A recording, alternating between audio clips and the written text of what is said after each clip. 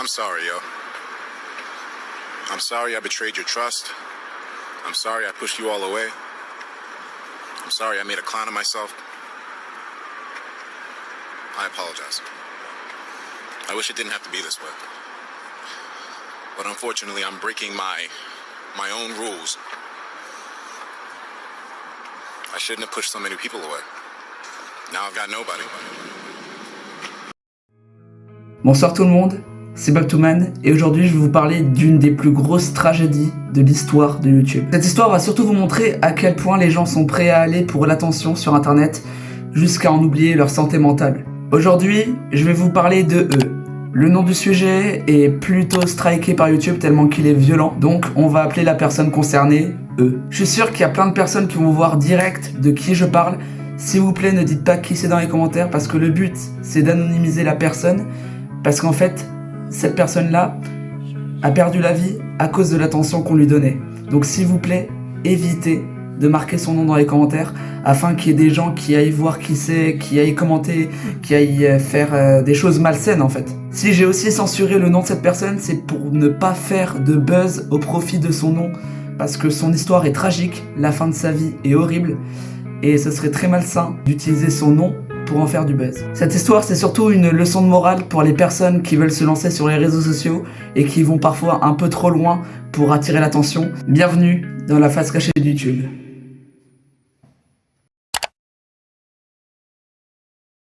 E, né le 12 mai 1990 à Brooklyn, à New York, et en fait était de base un mannequin, un rappeur qui s'est lancé sur internet autour de 2007-2009 avec un compte YouTube nommé Iceman. C'était son pseudo en fait de rappeur. Puis autour de 2014, il s'est plus centré sur les live streams et les vidéos gaming en fait, tout simplement. Il en avait un peu marre du rap, il voyait que ça marchait pas, donc du coup, il s'est lancé sur un autre type de contenu. Il va lancer autour de 2012 sa première chaîne YouTube gaming intitulée EW Network, où en fait il faisait des reacts à Super Smash Bros. Et il faisait aussi des reacts à des Nintendo Direct. Et c'est ça qui a commencé à le faire connaître d'un peu tout le monde. Et on peut dire que ça commence plutôt bien parce qu'au bout de 2015, après seulement 3 ans de chaîne YouTube, il va déjà atteindre le palier des 100 000 abonnés. Sauf que ce qui lui manquait pour percer encore plus, c'était son comportement. Donc, il va vite comprendre ça et à partir de 2016, il va commencer à faire des lives où il va surréagir, où il va crier à l'annonce de nouveaux personnages dans le jeu Super Smash Bros. Oh my! Oh my! Oh my God! Oh my fucking God! Holy shit! Holy shit! Oh my God! Oh my fucking God! Et ça va le faire connaître d'absolument tous. Il va monter en quelques mois jusqu'aux 800 000 abonnés, un truc de dingue. Hein. Sa communauté est pas trop toxique sur le moment. En plus de ça, il a une petite amie et il gagne plutôt bien sa vie parce que selon ses dires, il gagnait jusqu'à 300 000 $ par mois. Donc le gars a plutôt une vie super cool en fait. Il a une vie simple mais qui lui plaît beaucoup, il kiffe ce qu'il fait, il vit de sa passion. Et là vous allez me dire, bah tout va bien en fait. Qu'est-ce qu'il y a de mal? Sauf que quand on est exposé aussi vite à un tel nombre de personnes, il y a une partie de personnes, parmi ces personnes qui te suivent, qui sont toxiques, qui sont là juste pour te faire péter un câble, qui sont là juste pour te faire du mal, tout simplement. Donc, à partir du moment où il va commencer à tout exploser, il va se faire insulter par rapport à sa couleur de peau, par rapport à ses mimiques, par rapport à son comportement, par rapport à ses vidéos, enfin, tout ce que les gens peuvent toucher comme point sensible, ils vont le toucher, et leur but à eux, c'est très simple, détruire mentalement eux. Et ça a participé à la dégradation de la santé mentale d'eux, et ce qui lui a poussé à publier du hentai sur sa chaîne YouTube pour aucune raison. Pour ceux qui ne savent pas, le hentai, en fait, c'est un contenu pornographique, littéralement, voilà. Et c'est ce qui va pousser à ce que sa chaîne soit fermée définitivement en octobre 2018. Et suite à ce bannissement de YouTube, il va poster un premier tweet qui va alerter les gens. Et dans ce tweet-là, il va dire la phrase « C'est à mon tour de mourir ». Beaucoup de gens ont vu ce tweet comme un message d'air, un appel à l'aide, et c'était bien vrai. La santé mentale d'eux venait tout juste de se dégrader. Et c'est à partir de là que sa communauté a commencé à vraiment devenir toxique à 100%. C'est-à-dire que dans sa communauté, il y avait que des gens qui regardaient ses lives pour le pousser à bout, pour le pousser à dire des insultes ou des mots qui pourraient le faire bannir définitivement de YouTube. Et ça ne s'est clairement pas arrangé avec le temps. Quelques temps après, il a été banni définitivement de Twitch pour avoir proféré des insultes homophobes et antisémites. Sur le coup la colère et sur le coup du trolling constant des viewers. En avril 2019, il va voir sa nouvelle chaîne YouTube se faire bannir de nouveau définitivement pour avoir encore une fois publié du contenu public. Et à partir de là, il va commencer à faire plein de tweets suicidaires, plusieurs fois par jour. Des dizaines, voire des vingtaines par jour de tweets en rapport avec la mort, en rapport avec le suicide, en rapport avec le mal-être. Le même mois, il s'est fait interner dans une sorte d'hôpital psychiatrique par rapport à ses envies, voilà, ses idées noires. Sauf que l'hospitalisation a duré seulement quelques jours et du coup, ça n'a eu aucun effet sur sa santé mentale. Mais pour la plupart des viewers et des spectateurs en fait de sa chaîne, beaucoup trouvaient ça drôle et ont juste regardé ses vidéos où son état mental se dégradait de jour en jour, sans proposer d'aide, sans proposer de soutien, juste à être spectateur et à voir quelqu'un souffrir. En juin 2019, il va lancer un live qui est aujourd'hui très populaire, où en fait il avait une altercation entre les policiers parce que ce qui s'est passé c'est que un des abonnés à eux a commencé à vraiment avoir peur pour la santé mentale du coup de eux et du coup a appelé les policiers pour leur demander d'aller voir chez lui pour voir s'il avait pas fait une tentative de suicide, pour voir si tout allait bien et il a filmé ça en live et s'est mis à insulter les policiers et il y a son arrestation en live. Really scared right now. Look, can you see me? Okay, Desmond. Okay. All right. Go ahead, your hands are empty, okay? Okay.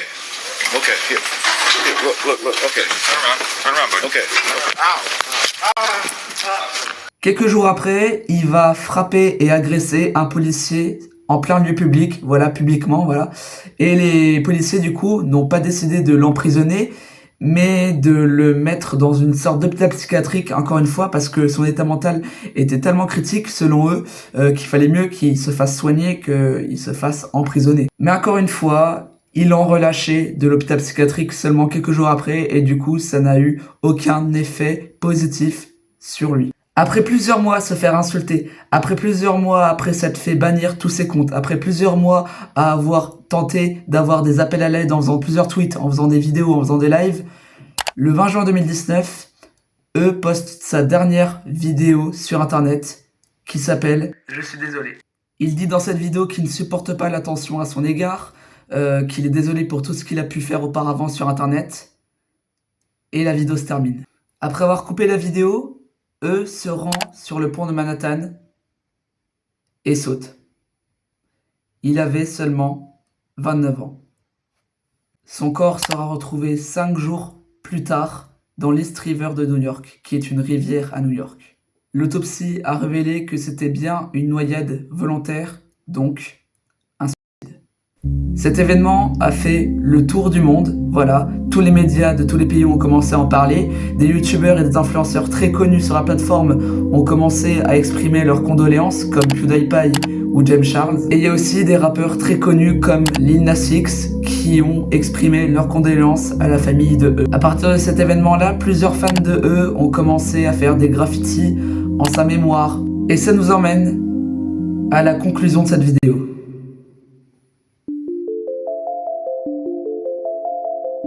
L'histoire de est le parfait exemple de jusqu'où peut amener la quête de l'attention sur les réseaux sociaux. Le fait de vouloir avoir toujours plus de vues, toujours plus d'abonnés, toujours plus de likes. Sauf qu'à ce moment-là, quand t'es tellement exposé à tellement de personnes, ton cerveau ne pense plus à ce qui peut te faire du bien ou du mal, mais qu'est-ce qui peut te faire encore plus propulser. Alors attention, le fait de vouloir devenir célèbre, le fait de vouloir devenir une star, ce n'est clairement pas anormal. Au contraire, c'est même humain. Il y a beaucoup de personnes qui ont du talent et qui veulent que leur créativité et leur création soient reconnues au monde entier, devant le monde entier, et qu'ils puissent vivre de cette passion et de ces talents. Et cette histoire, c'est clairement la meilleure leçon pour toutes les personnes qui veulent se lancer sur les réseaux sociaux, qui veulent être très vite propulsées à un maximum de personnes, qui veulent tout de suite avoir un certain nombre de vues, qui veulent tout de suite avoir un certain nombre de likes, un certain nombre d'abonnés. C'est la meilleure des leçons parce qu'en fait, certes, ça peut être important, certes, c'est toujours bien d'être connu, mais à quel prix ? en fait. C'est que là, avec l'histoire que je viens de vous raconter, la quête de l'attention, la quête d'avoir toujours plus de vues, ça a mené à la mort d'une personne. Et ça, j'ai l'impression que YouTube et les autres plateformes le normalisent de plus en plus. C'est-à-dire que c'est normal de laisser sa santé mentale de côté pour être connu, pour être célèbre. En fait, les réseaux sociaux de plus en plus montrent la célébrité comme un jeu, comme quelque chose de bien, qui a aucun point négatif. Sauf que certaines personnes vont voir ça du coup comme un vrai jeu et qui du coup vont se mettre à faire des trucs de fou juste pour avoir leur moment de gloire. Et là, je vais terminer cette vidéo en posant une question à tous les potentiels créateurs de contenu qui seraient déjà célèbres sur internet et qui regarderaient ma vidéo. Pour vous, quel est le plus important entre une bonne santé et l'attention? Moi, je vous dis à très bientôt pour une nouvelle vidéo. Gros bisous et faites attention à vous.